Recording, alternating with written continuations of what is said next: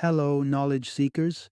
In this episode of 20-Minute Books, we delve into Wiser, a book that marries the scientific investigation of wisdom with actionable insights to enhance our personal development. Published in 2020, Wiser offers an exploration of how wisdom is reflected in aspects like compassion, the process of aging, and the mechanics behind our decision making. Authors Dilip Jeste and LaFee bring together a wealth of experience and expertise. Dr. Jeste, a neuropsychiatrist, has dedicated over 2 decades to understanding the intricate components of wisdom and how they manifest as we age. With his position as a professor of psychiatry and neuroscience at the University of California, San Diego, and past presidency of the American Psychiatric Association, Dr. Jeste is well equipped to guide readers on this intellectual journey. LaFee, the Director of Communications and Media Relations for the University of California, San Diego Health and Health Sciences, contributes with his robust background in science writing and journalism. Wiser is an essential read for those bustling individuals in the 21st century who yearn to incorporate time-tested sagacity into their modern lives. It's also perfect for amateur scientists fascinated by neuroscience and cognitive growth, as well as for those of us aiming to cultivate wisdom in our youth, rather than waiting for the wisdom that is often associated with older age. Join us as we unpack the treasures of Wiser, revealing how we can all strive to live more enlightened lives amid the complexities of today's world.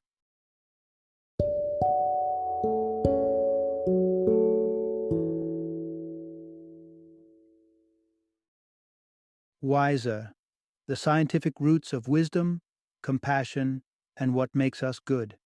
Introduction. Unlock the secrets of wisdom and elevate your understanding. Witnessing the embodiment of wisdom in someone is akin to watching a masterful dance. It's instantly recognizable, yet describing the exact steps and motions becomes an elusive task. It begs the question, what sets the wise apart? Is it an encyclopedic knowledge, a soaring intellect, or perhaps an inherent kindness? Diving into the depths of this multifaceted concept, this narrative unveils the essential elements that constitute wisdom. It dissects the biological roots anchoring wisdom in our very being and maps out an actionable route to cultivating your inner sage, quicker than you might think. Engaging with this exploration could very well be the smartest move you'll make today. Let's embark on a journey where you'll discover how our primate cousins offer a glimpse into the nature of empathy, the biological underpinnings of the daredevil attitude in teens, and the authors whose works serve as a beacon guiding you toward wisdom. So, settle in, open your mind, and prepare to harness the insights that lay the foundation for a wiser you. Part 1. Delving into the mind, the connection between wisdom and the brain's evolution with age. In the tapestry of human relationships, the figures that often stand out as beacons of light are those imbued with wisdom. Whether it's a revered English teacher, a sagacious relative, or the friend who always seems to have sage advice, it's hard not to be grateful for their presence. These are individuals characterized by empathy, a profound understanding of life, and a clear-eyed view of their own limitations. It's an intriguing pattern that the archetype of wisdom frequently wears the face of age. Fiction is rich with wise elders, from Dumbledore to Yoda. But is this rich association of wisdom with age simply a storytelling trope, or does it have roots in the actual fabric of the human brain? Here's a thought to ponder. Neuroscience can help explain the link between wisdom and aging. Neuroscientists investigating wisdom began to notice recurring actors in their studies. Two key areas of the brain, known as the amygdala and the prefrontal cortex. The amygdala, a pair of almond-shaped clusters nestled within the cerebral hemispheres, acts as an emotional processing center. Meanwhile, the prefrontal cortex, occupying the space just behind the forehead, is something of a command center for many of our higher-order functions, including qualities central to wisdom like empathy and altruism. So, How do these brain regions connect to our sage elders? It turns out, both the amygdala and prefrontal cortex undergo remarkable transformations as we age. Transformations closely entwined with our capacity for wisdom, emotional regulation, and positivity. One striking alteration is the dulled response of the aged amygdala to negative stimuli. While distressing inputs may spark less of a reaction, the older amygdala maintains its responsiveness to positive experiences, such as the infectious joy of a baby's smile. This shift allows for fewer emotional turbulences and an ability to sustain joy. Simultaneously, there is a shift in the locus of brain activity, moving towards the prefrontal cortex as we mature. This migration towards the frontal zones, the headquarters of our wisdom operations, aligns with the traditional narrative, embracing the notion that with age comes a deepened emotional intellect. In this line of thought, Yoda's character may be a fantastical creation, but the theme it represents, the intertwining of age and acumen, finds a grounding in empirical science. Part 2. Empathy is the heart of wisdom, understanding the power of compassion. Imagine two people, one bright with intelligence and the other radiant with wisdom. Both individuals possess the sharpness to unravel complex matters and make informed decisions. Yet despite sharing these traits, intelligence and wisdom are not one and the same. Wisdom, it seems, has an extra ingredient, an earnest and profound concern for others. This quality, this concern, is more than just a trait. It's a key pillar in the edifice of wisdom. It encompasses compassion, altruism, and a willingness to collaborate, values celebrated across cultures for centuries. As the ancient playwright Euripides once penned, the pain of one should resonate with all who aspire to goodness. The fundamental idea to grasp here is that concern for others is a key component of wisdom. What enables us to feel this vital concern? Part of the answer lies within a neurological phenomenon known as mirror neurons. Discovered during primate studies, these specialized neurons activate when we witness or envision someone else performing an action or experiencing a feeling, simulating the same experience within ourselves. So when you're on the edge of your seat watching a suspenseful film, it's your mirror neurons allowing you to emotionally step into the protagonist's shoes. This neurological mimicry is an underlying mechanism of empathy, and it appears that women may have a natural knack for empathy due to possibly more active mirror neurons shown in certain studies, such as a Scandinavian research from 1995, indicating that women might mirror emotional expressions more than men. But the journey to wisdom is not exclusive to women. Men, fear not. The cultivation of empathy is not set in stone at birth. It can develop and grow over time, with one particular activity known for nurturing this skill: reading. Engaging with literature calls on the same cognitive processes that we use to understand and interact with real-life people. This translates to better comprehension of others for those immersed in reading regularly. Indeed, avid readers are often more capable of empathizing and seeing the world through another's eyes. So while wisdom may wear many faces, its heart beats consistently with compassion for our fellow humans, a trait we can all strive to cultivate on our paths to living wisely. Part 3. Achieving Balance. How the wise navigate the seas of emotion. The stormy waters of our emotional existence are not always easy to navigate, at times turbulent with fear or anger, and at others listlessly drifting in ennui. Our emotions can be as diverse as they are intense, and while riding this perpetual roller coaster, it's rare for anyone to enjoy a perpetual state of bliss. But those we deem wise have an uncanny ability to sail these seas with a steady hand. Their emotions don't vanish, they feel deeply, but they are masters of maintaining equilibrium. Here's an insight into their stability. Wise people can maintain emotional equilibrium. Picture our emotional life as a spectrum. On one end lies the domain of detached reason, devoid of warmth. On the other, the realm of raw, unchecked emotion. Wisdom doesn't lie in embracing either extreme, but in residing at the balance point. Homeostasis. Homeostasis, a concept borrowed from biology, describes the body's pursuit of balance, like maintaining a core temperature of about 98.6 degrees through shivering when cold or sweating when hot. Similarly, emotional homeostasis speaks to keeping our inner emotional climate within a stable, bearable range. It's about feeling the emotions but not being capsized by them. An intriguing facet of this emotional poise is its evolution with age, and research points to pivotal changes in the brain's structure, especially in the realms of impulsiveness. The limbic system, the brain's reward and punishment center, thrives on risk and exhilaration. It's a natural adventurer, impatient and impetuous, and it can dominate our younger years. Standing opposite this thrill-seeking center is the prefrontal cortex, the PFC, the bastion of wisdom in our neurological makeup. For teenagers, the limbic system is often running the show, which explains the streaks of reckless abandon in youth. It's not until later, when the PFC has fully developed, that one begins to cultivate the serene balance of wisdom, and the rash impulses begin to subside. Only in our early 20s does the PFC come into its full power, and the scales of emotion and reason balance out, bringing a sigh of relief from those around us who've weathered the storms of our rash teenage decisions. It's in this equilibrium that the essence of wisdom, emotional stability, is found, and the journey to wise living truly begins. Part 4. The practicality of wisdom. The skill of making sound decisions.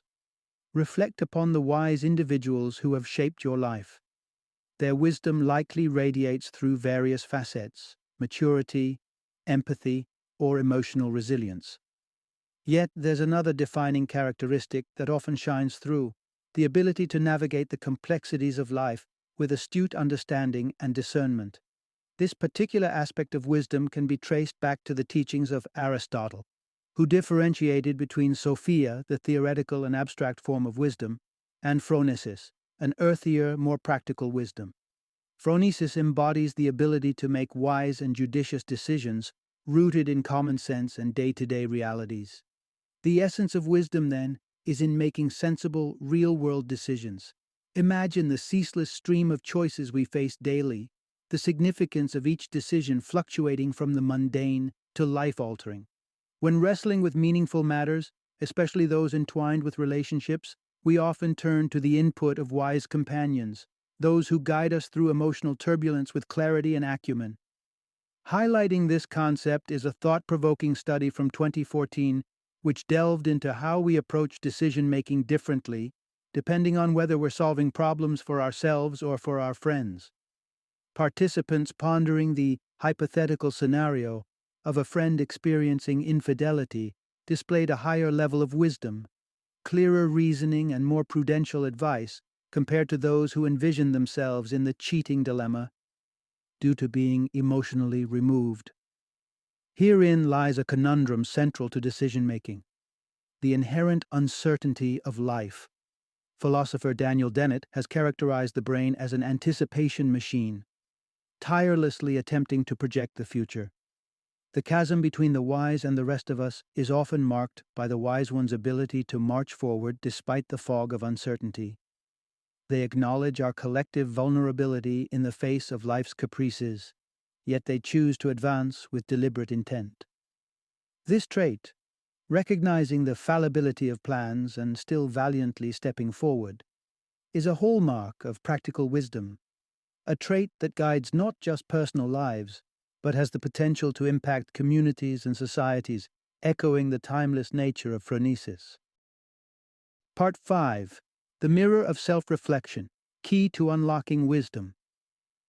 There comes a moment in every person's life when the need to pause and reflect becomes impossible to ignore. This is not about superficial appearances. It's a deeper, more meaningful examination, an inquiry into one's soul, their life's path, their missteps, and their potential for growth. Such moments of deep self-reflection are not random. They're a critical ingredient in the recipe for wisdom, an ancient truth revered by the Greeks who held the maxim, "Know thyself in high esteem." Inner probing or self-examination is a key step in attaining wisdom. However, this introspective journey requires a fundamental virtue: honesty. Without a sincere and unflinching look at oneself, the quest for self-knowledge results in nothing but shadows and illusion. The process involves studying your defeats and downfalls, not to berate yourself, but to glean the wisdom they can offer. Look beyond just failed ventures and delve into strained relationships and lost connections, seeking insights to apply in your future endeavors. The cerebral orchestrator of this reflective process is, unsurprisingly, the prefrontal cortex, more specifically, the medial prefrontal cortex, MPFC. Whenever you delve into personal retrospection or navigate the corridors of your life's history, the MPFC lights up, guiding the introspective journey. Interestingly, clues to the importance of the MPFC emerge when it starts to falter, as seen in frontotemporal dementia, a condition resulting in the progressive erosion of this important brain region. Such deterioration can lead to a profound loss of self-awareness and identity, emphasizing the critical role of introspection in maintaining our very sense of self. For those with the fortune of a healthy brain, the capacity for introspection is not to be taken lightly. Embrace this faculty, for it is the crucible in which much of our wisdom is forged. Through self-reflection, we shape ourselves into the person we aspire to be, turning hard-earned insights into the golden threads woven into the fabric of a truly wise life. Part 6. Cultivating wisdom is within your power. Throughout our exploration of wisdom, we have danced with its scientific underpinnings, unraveling the ties between the aging process, neurology, and the characteristics of a wise life, offering a refreshingly clear view. However, a scientific lens can sometimes imply a determinism that might feel restrictive. It is crucial to note that understanding wisdom biologically does not render us prisoners of our own minds. Far from a fixed trait, wisdom is a dynamic quality that can be developed and refined. You're not bound to a static level of wisdom. You can deliberately make yourself wiser. The field of wisdom research is still fresh, yet early studies indicate that even as we age, the pursuit of wisdom remains open to us. Efforts to cultivate gratitude, celebrate life's pleasures, and immerse oneself in engaging activities have yielded remarkable results in those over the age of 60. Participants reported reduced stress, heightened resilience, and a marked increase in wisdom. So, what active steps can you take to nurture your wisdom? First and foremost is reading. Building on our previous discussion on empathy, reading not only fosters this crucial capacity but also activates the brain's self-reflective processes. Instead of idle scrolling on your phone, unwinding with the works of literary giants like Shakespeare or Wordsworth could enrich your reflective journey.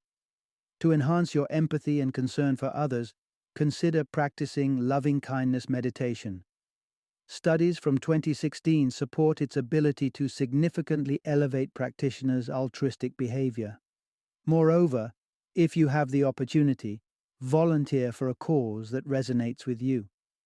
A collaborative study between the University of Southern California and Johns Hopkins University opens another promising avenue.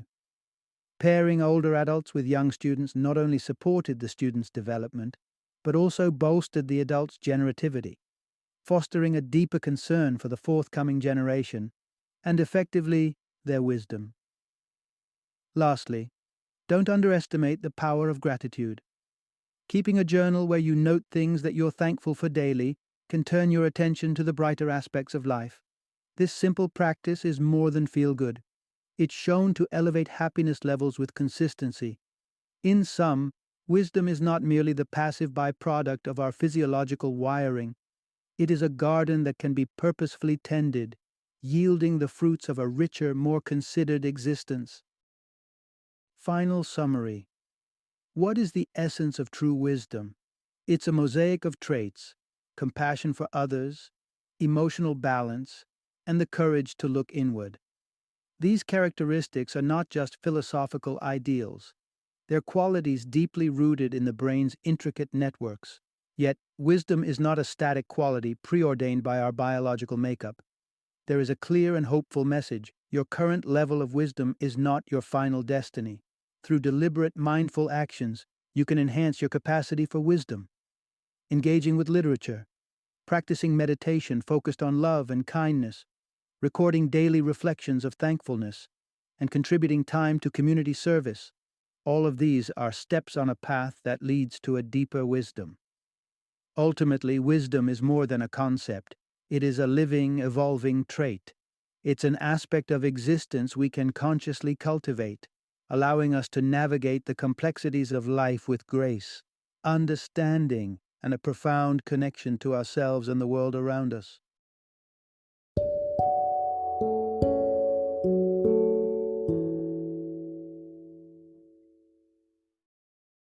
Thank you for joining me today on this journey of learning and discovery as we explored the insights of another thought-provoking book in our growing library of knowledge.